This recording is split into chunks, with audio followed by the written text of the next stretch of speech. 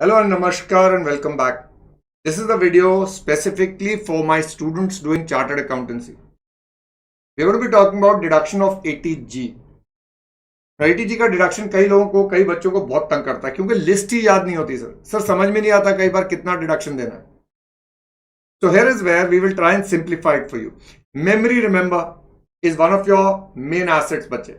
Paper में समझ लिया, पढ़ते समय सारे क्वेश्चंस देख देख के लिस्ट को सॉल्व भी कर लिए, पर पेपर में किताबें अलाउड नहीं है. So we need to memorise and memory I am telling you everybody can memorise. सिर्फ कुछ ट्रिक्स होते हैं हमें आने चाहिए. तो आज कोशिश करेंगे कि अगले 10 मिनट में वो लिस्ट हम याद करें. तो डोनेशंस अंडर ATG. चलिए सबसे पहले a brief overview.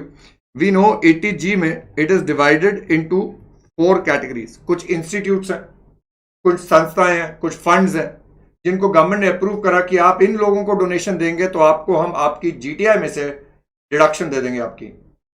No A list category को जितना भी आप पैसा डोनेट करोगे 100% डिडक्ट होगा.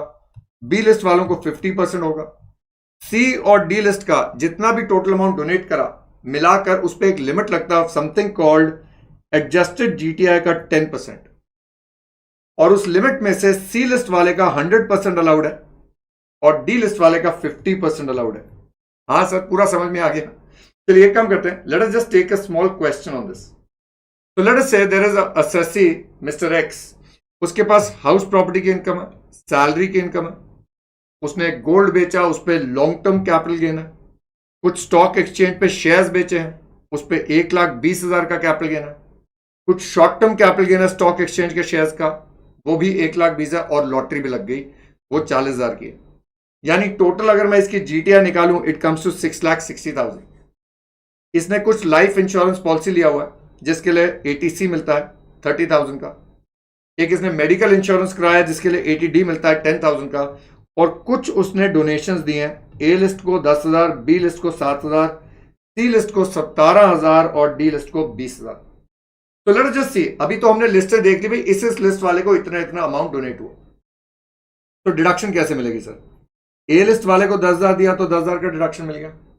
B लिस्ट वाले को 7,000 दिया तो 3,500 का डिडक्शन मिल गया. अब आते हैं C और D लिस्ट. नाउ पहले तो इन दोनों अमाउंट्स को टोटल कर लेंगे बेटा. Then the government says adjusted GTI. Now the definition of adjusted GTI is GTI में से लॉन्ग टर्म कैपिटल गेन्स निकाल देंगे. शॉर्ट टर्म ये 111A वाला निकाल देंगे क्योंकि स्पेशल रेट पे टैक्स है. और जितनी बाकी डिडक्शंस मिलती हैं ATC टू ATU वो निकाल देंगे. यानी बेसिकली GTI काम कर रहे हैं जिसमें से स्पेशल इनकम, कैपिटल गेन्स और short term capital gains 111A वाला वो निकाल रहे हैं. और बाकी सारी deductions ATC, ATD, QQB, RRB जो भी आपने क्लेम करा उसको माइनस करके जो GTI बचेगा उसका 10% लिमिट लगाएंगे. तो चलिए हमारे एग्जाम्पल में अगर 6,60,000 है, इसमें से क्या क्या माइनस करें? एक तो ये 30,000 माइनस करेंगे लॉन्ग टर्म वाला, एक ये वाला लॉन्ग टर्म भी माइनस करेंगे, एक 111A भी माइनस करेंगे. अब रही बात लॉटरी की. So whenever we look at any definition of the income tax act, देखो बच्चों, it has to be given in the section. और सेक्शन में नहीं बोला लॉटरी को माइनस करने के लिए, और ICI भी फॉलो नहीं करता है, तो हमने लॉटरी की इनकम माइनस नहीं करी. और ATC का और ATD का डिडक्शन माइनस करने के बाद मेरे पास जो आया उसको बोलेंगे एडजस्टेड GTI. उसका 10% लेंगे 35,000. Now the total amount donated will be restricted to 35,000. Now what do we do? C list वाला 100% जाना है और D लिस्ट वाला 50% जाना है. So out of 35,000 how much is the C list donation and how much is the D list donation? ये कहीं पर प्रोपोर्शनेट करने को नहीं बोला लॉ ने. तो हम क्या मानेंगे? जो भी हमारा फायदा हो रहा है. तो हम मानेंगे इस 35,000 में ये 17,000 पूरा का पूरा है, तो हम इस पूरे 17,000 का डिडक्शन दे देंगे. Now out of 17,000 how much is left? 35,000 minus 17,000 करिए जरा, कितना आ गया? 18,000. ये मान लेंगे कि 20 में से 18,000 जो है, जो एलिजिबल वाले अमाउंट में आ रहा है वो D लिस्ट का, और उसका 50% विच इज 9,000.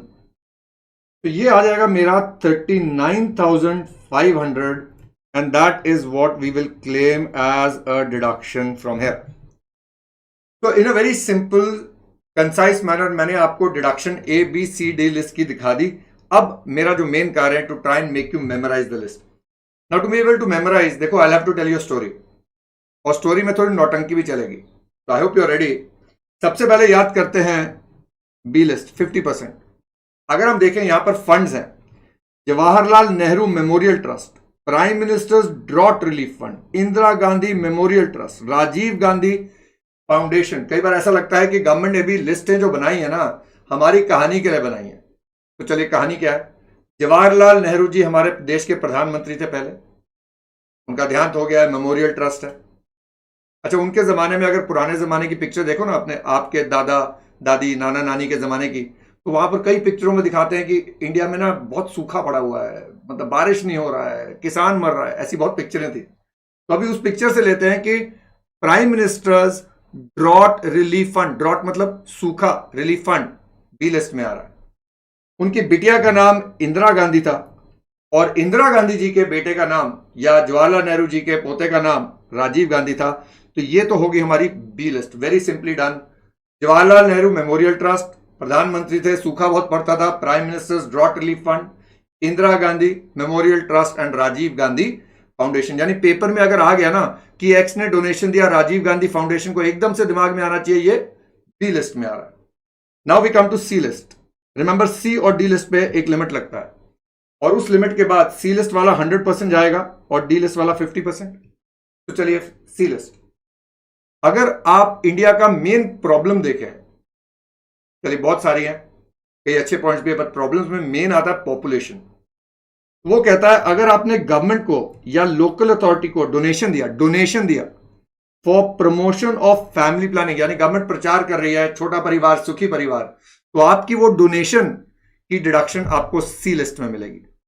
और उसको मैंने लिंक कर दिया डी लिस्ट के साथ। वही गवर्नमेंट को, लोकल अथॉरिटी को आपने डोनेशन दिया for any other purpose other than family planning will come in D list.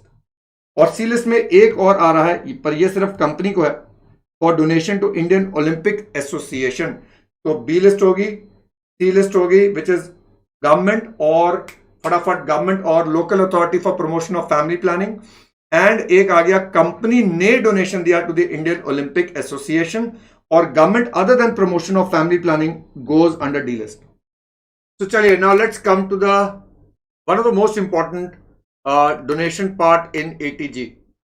ये है चैरिटेबल ऑर्गेनाइजेशंस, ये है नॉन गवर्नमेंट ऑर्गेनाइजेशंस, लाइक मंदिर हैं, मस्जिद हैं, गुरुद्वारे हैं, चर्चेज हैं, मदर टेरेसा वाली फाउंडेशन है, या कोई कैंसर सोसाइटीज हैं, कोई संस्थाएं हैं जो गरीब बच्चों की पढ़ाई के बारे में देखभाल कर रहे हैं, कोई इलाज करवा रहे हैं। ये सारे प्राइवेट सेक्टर ऑर्गेनाइजेशंस हैं which are doing the society a kind of benefit. तो इन लोगों को बोला गया कि आप रजिस्ट्रेशन लीजिए ATG में, और वो रजिस्ट्रेशन नंबर अपनी स्लिप पे डालिए, और अगर मैं ऐसे किसी संस्था को डोनेशन देता हूं then remember I will get a slip, और उस स्लिप के बेसिस पे मैं अपनी रिटर्न में उनका नंबर कोट करके ATG का I will claim a deduction and that will come under D list.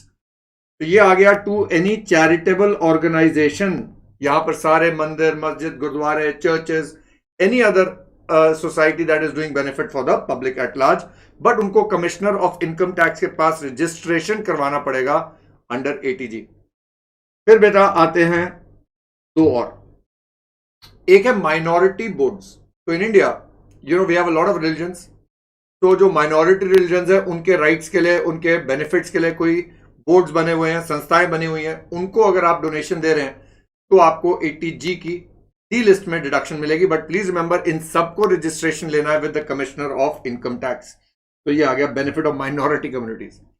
अच्छा, हाउसिंग हैपेंस टू बी यार बहुत मेजर प्रॉब्लम है इंडिया में। तो अगर कोई हाउसिंग सोसाइटी है, कोई हाउसिंग बोर्ड है जो planning development of towns villages कर रही है, अप्रूव्ड अगेन अंडर ATG, उनके पास नंबर होना चाहिए, आप उनको डोनेशन दे रहे हैं, कोई इन्वेस्टमेंट नहीं कर रहे, मैंने बताया डोनेशन मन की शांति के लिए दी जाती है, तो वो आपको यहां पर ATG की डी लिस्ट में हो जाएगा। Then the last one, archaeological and historical importance and religious importance के कुछ इंस्टीट्यूशंस है, उनके रिपेयर के लिए, रेनोवेशन के लिए। So whether it is the Taj Mahal or the Red Fort or the Gateway of India or the Qutub Minar or any of the big prestigious मंदिर, गुरुद्वाराज जो नेशनल एमिनेंस के लिए हैं, और उनके लिए अगेन फिर रजिस्ट्रेशन का सर्टिफिकेट होगा ATG का। उनको अगर आप रिपेयर के लिए, रेनोवेशन के लिए डोनेशन दे रहे हैं तो आपको ATG डी लिस्ट में डिडक्शन मिल जाएगी। तो डी लिस्ट में क्या क्या होगा? एक तो फैमिली प्लानिंग था, गवर्नमेंट का, लोकल अथॉरिटी का C लिस्ट में। Other than that comes in D list. फिर एक चैरिटेबल ऑर्गेनाइजेशन आ गया, एक हाउसिंग बोर्ड्स वाले आ गए, हाउसिंग टाउन प्लानिंग कमिटीज आ गई, एक आ गया माइनॉरिटी बोर्ड्स, और एक आ गया historical and religious places of national eminence. चलिए अब आते हैं ए लिस्ट पे। अब ये लिस्ट लंबी है, इसको याद करने के लिए थोड़ा सा हमें एक कहानी सुननी पड़ेगी। तो मेरे लिए कहानी शुरू होती है हाय हाय से, वैसे हंसना मत। अब जैसे पहला आता है prime minister's national relief fund. India में कहीं पर भी बाढ़ आ गई, फ्लड्स आ गए, या कोई भी कैटास्ट्रोफी होगी, है ना, अर्थक्वेक आ गया, तो वहां पर जो डिस्ट्रक्शन होती है उन लोगों की उन लोगों की प्रोटेक्शन के लिए या उन लोगों की मदद के लिए पैसा जो यूज होता है वो generally prime minister's national relief fund से हो रहा है। अभी हाल ही में एक नया फंड शुरू करा गया था कोविड में, PM केयर्स फंड। ये इमरजेंसी सिचुएशंस के लिए है, इसलिए हाय हाय, क्योंकि ये फंड जब भी यूज होंगे ना तो कोई ना कोई कैटास्ट्रोफी हुई होगी। हाय हाय। अच्छा, हाय हाय से पढ़ाई कहां दूर रहेगी? तो पढ़ाई वाली हाय हाय, पढ़ाई वाली हाय हाय। लिस्ट याद करो। एक है यूनिवर्सिटी और educational institute of national eminence. Now remember, अगर कोई यूनिवर्सिटी है, कॉलेज है, अगर उन्होंने ATG का रजिस्ट्रेशन लिया और आपने उनको डोनेशन दी और उसके बदले में कोई सीट नहीं मिली, हाँ ये याद रखना, ये मन की शांति वाली डोनेशन है। अच्छा, फिर पढ़ाई के बाद अरे बीमारी कहां दूर रहेगी? तो बीमारी वाली हाय हाय, बीमारी वाली हाय हाय। अब बीमारी का अंग्रेजी में नाम होता है इलनेस। अच्छा, बीमारी में सबसे पहले ना वो खून, ब्लड टेस्टिंग वगैरह होती है ना। तो चलिए, नेशनल ब्लड ट्रांसफ्यूजन काउंसिल और स्टेट ब्लड ट्रांसफ्यूजन काउंसिल। अच्छा, मैं एक बार बता दूं, इसका ब्लड टेस्टिंग से कोई लेना देना नहीं है, तुम्हें नाम याद कराने के लिए बीमारी से खून। Blood transfusion council, state blood transfusion council है वो जो खून sometimes has to be in case of some patients, thalassaemic patients वगैरह, वो ब्लड ट्रांसफ्यूजन का जो आपका जो होना होता है उसके लिए ये काउंसिल होती है, उनको आप डोनेशन दे रहे हो। Then he says medical relief to poor के लिए कोई भी स्टेट गवर्नमेंट का फंड हो, मेडिकल रिलीफ टू पुअर, तो खून, गरीबों के लिए कोई मेडिकल रिलीफ के लिए आ गया। फिर नेशनल इलनेस असिस्टेंस फंड आ गया। फिर ना कुछ बीमारियां थी, कुछ बॉलीवुड की पिक्चरों ने बहुत फेमस करी है। एक माय नेम इज खान था और एक बर्फी पिक्चर थी, वहां पर एक बीमारी थी autism. Autism is a disease of the brain. तो वहां पर शाहरुख खान जी ने और रणबीर कपूर जी ने, ये दो कैरेक्टर्स जो प्ले करे थे, उनको बीमारी थी ऑटिज्म। तो हम यहां पर आ जाते हैं national trust for welfare of person with autism. And then there is cerebral palsy, cerebrum is your brain, and mental retardation, these are all problems of the brain. तो इन बीमारियों के लिए आपने नेशनल ट्रस्ट को डोनेशन दिया तो आपको ATG का A लिस्ट में डोनेशन का डिडक्शन मिल सकता है। तो क्या क्या हो गया? पहला वाला हाय हाय, prime minister's national relief fund. दूसरा हाय हाय, PM केयर्स फंड। साथ क्या आ गया? पढ़ाई वाला, हाँ, एनी एजुकेशनल इंस्टीट्यूट और यूनिवर्सिटी ऑफ नेशनल एमिनेंस। फिर क्या आ गया? बीमारी वाला।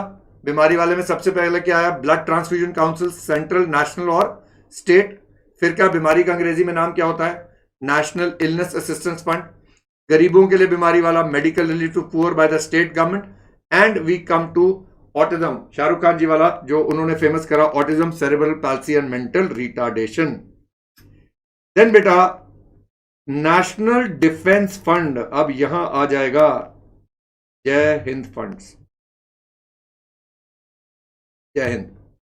नेशनल डिफेंस फंड या army fund, naval fund, air force fund.